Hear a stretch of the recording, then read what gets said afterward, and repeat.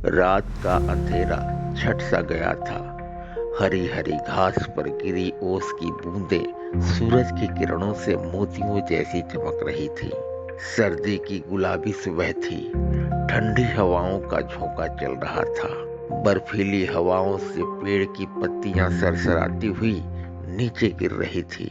जैसे ही सूरज की किरणें बिखरी, एक नर्म गर्माहट का एहसास हुआ। हर कोई अपनी चाय की प्याली के साथ आंगन में या बरामदे में निकल पड़ा। ठंड की इस सुबह में किसी खास ने गांव के पुराने गली मोहल्ले में कदम रखा। नमस्ते, प्रणाम। कहानी जंक्शन पर मैं हूँ कहानी वाला काका। ये कहानी है प्रिया नाम की एक लड़की की, जो अपनी नानी के पास छुट्टियां बिताने आई थी। प्रिया के लिए ये ठंडी सुबह कोई साधारण सुबह नहीं थी, क्योंकि ये उसका बचपन था जो वो फिर से जीने आई थी।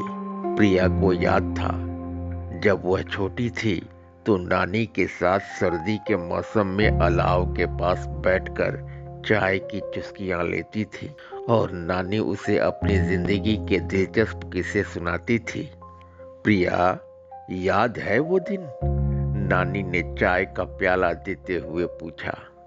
प्रिया मुस्कुराती हुई बोली, हाँ नानी, याद है मुझे।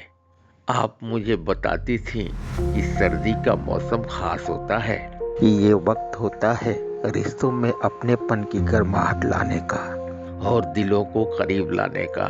प्रिया का जवाब सुनकर नानी हंस पड़ी और बोली, सही कहा बेटा तुमने।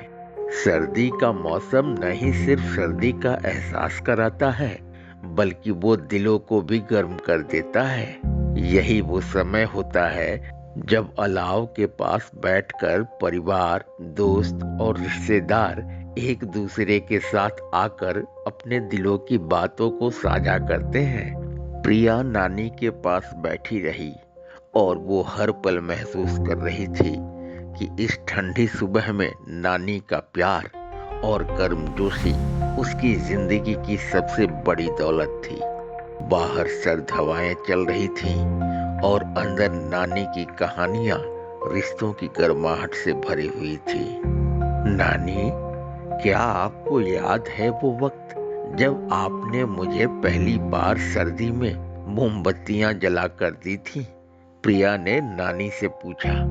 नानी हंसी और बोली, हाँ, वो दिन था जब हमने मोमबत्तियां जलाई थीं और तुमने उन मोमबत्तियों के पास बैठकर पूरी रात मेरे साथ बिताई थी।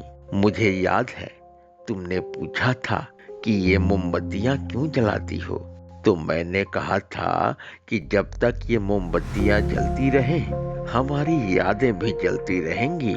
प्रिया की आंखों में हल्की सी नमी थी। उसे समझ में आ गया था कि नानी की बातें इस ठंडे मौसम में जैसे जीवन का उजाला थीं। वो मोमबत्तियां जो कभी जलती थीं, आज भी उसके दिल में जल रही थी, एक सुकून और गर्माहट के रूप में। फिर प्रिया ने नानी से कहा, नानी, मैं चाहती हूँ कि सर्दी की ये गुलाबी सुबह, इस मौसम की ठंडक और मोमबत्तियों की गर्माहट हमेशा मेरे दिल में बनी रहे, क्योंकि ये वो लम्हे हैं जो मुझे हमेशा याद रहेंगे। नानी मुस्कुराई और उसके चेहरे पर गहरी शांति छा गई। हमारी यादें हमेशा हमारे साथ रहती हैं बेटा। सर्दी का मौसम सिर्फ ठंडक नहीं लाता, बल्कि दिलों में अपनेपन के रिश्ते की एक गर्मी भी भरता है, जो कभी कम नहीं होती। वो दिन, वो सर्दी की गुलाबी सुबह प्रिया के जीवन का सबसे प्यारा और यादगार दिन बन गया। नानी के पास बिताए गए हर पल, उन मोमबत्तियों की रोशनी और उन ठंडी हवाओं में घुली रिश्ते की गर्माहट हमेशा उसके दिल में जिंदा रही।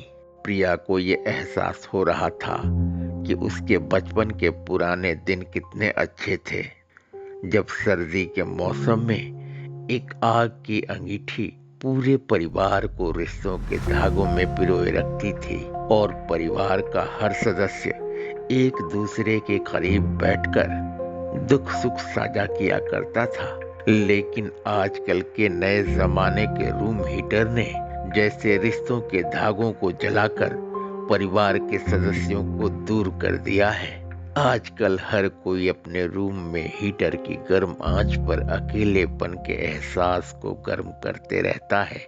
अगर गौर से देखिए तो ये कहानी सिर्फ प्रिया की ही नहीं है, बल्कि कहीं न कहीं ये कहानी हर किसी से जुड़ी हुई है। ऐसी ही रोचक कहानियों के लिए जुड़िए कहानी जंक्शन से। धन्यवाद।